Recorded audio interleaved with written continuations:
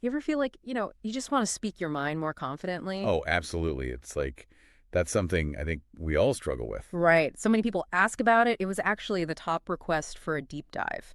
So today, that's what we're diving into, assertiveness. Love it.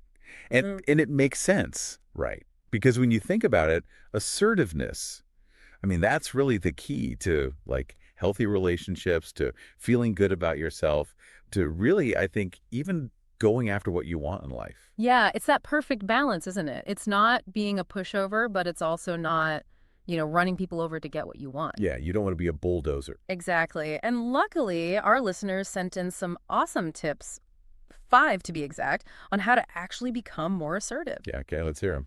All right, so tip number 1 is a tough one, honestly. It's saying no. I don't know why, but that word just feels impossible sometimes. Oh, tell me about it. Just like makes my heart race just thinking about it. Right.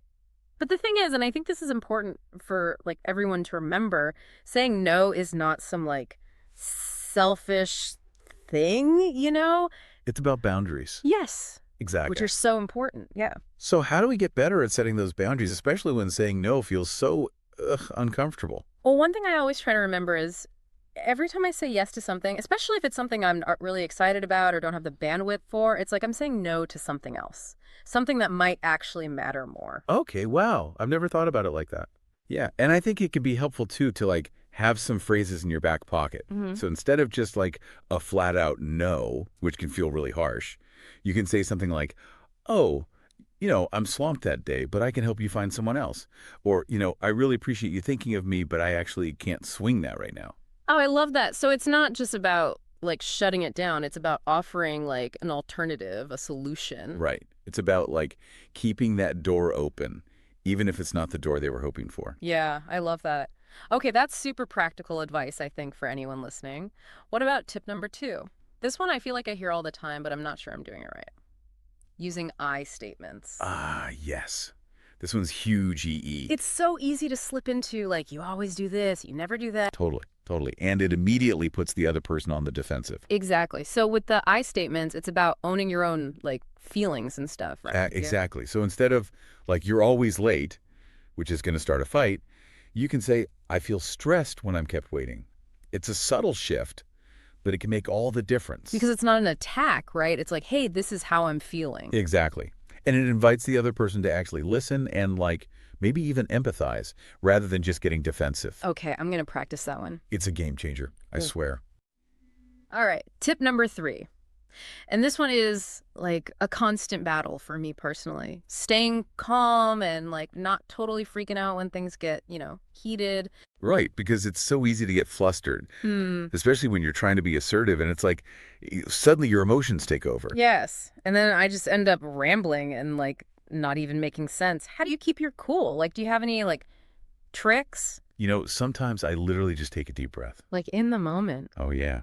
Sometimes Yeah. you just got to like pause for a second and collect yourself and remind yourself that assertiveness isn't about like winning an argument. Ooh, that's good. It's about communicating clearly and respectfully, even when you're feeling like, all those feelings bubbling up. Okay, so no yelling, no like storming out. I mean, there's a time and a place, but generally speaking, yeah, probably not the most effective approach. You're right, you're right. It's about finding that balance between like standing your ground, but doing it in a way that's like respectful and, productive. This is great. Okay, what about tip number 4? Number 4 is all about setting clear boundaries. Okay, see, now this one feels like it goes hand in hand with the no thing, right? Absolutely. It's like saying no is the action and setting boundaries is like I don't know, the invisible fence. Yeah, It's defining what you're willing to accept and what you're not. and making it crystal clear to other people. Exactly. So it's not just about like reacting in the moment. It's about thinking ahead of time. Okay, what are my limits when it comes to work, when it comes to relationships, when it comes to like how people treat me? And then the key is communicating those boundaries. So instead of just like hoping people will magically figure it out, Right, exactly. Because they won't. because they won't. Yeah. You got to spell it out sometimes. Yeah. And that takes practice. Which brings us to our final tip, right? Practice, practice, practice. It's the only way to get better at anything, really.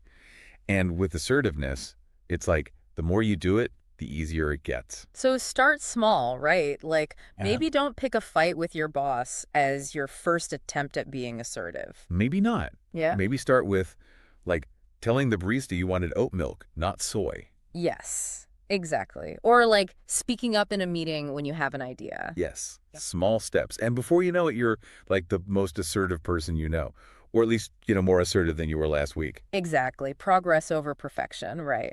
I think that's the perfect note to end on. If you're listening and you're feeling, a little bit more empowered to find your voice. To set those boundaries. Yes, go for it. And remember, like, assertiveness isn't about like steamrolling everyone and just getting what you want all the time. It's about, It's about respect, yeah. respecting yourself enough to voice your needs and respecting the other person enough to listen to their perspective. Yes, perfectly said.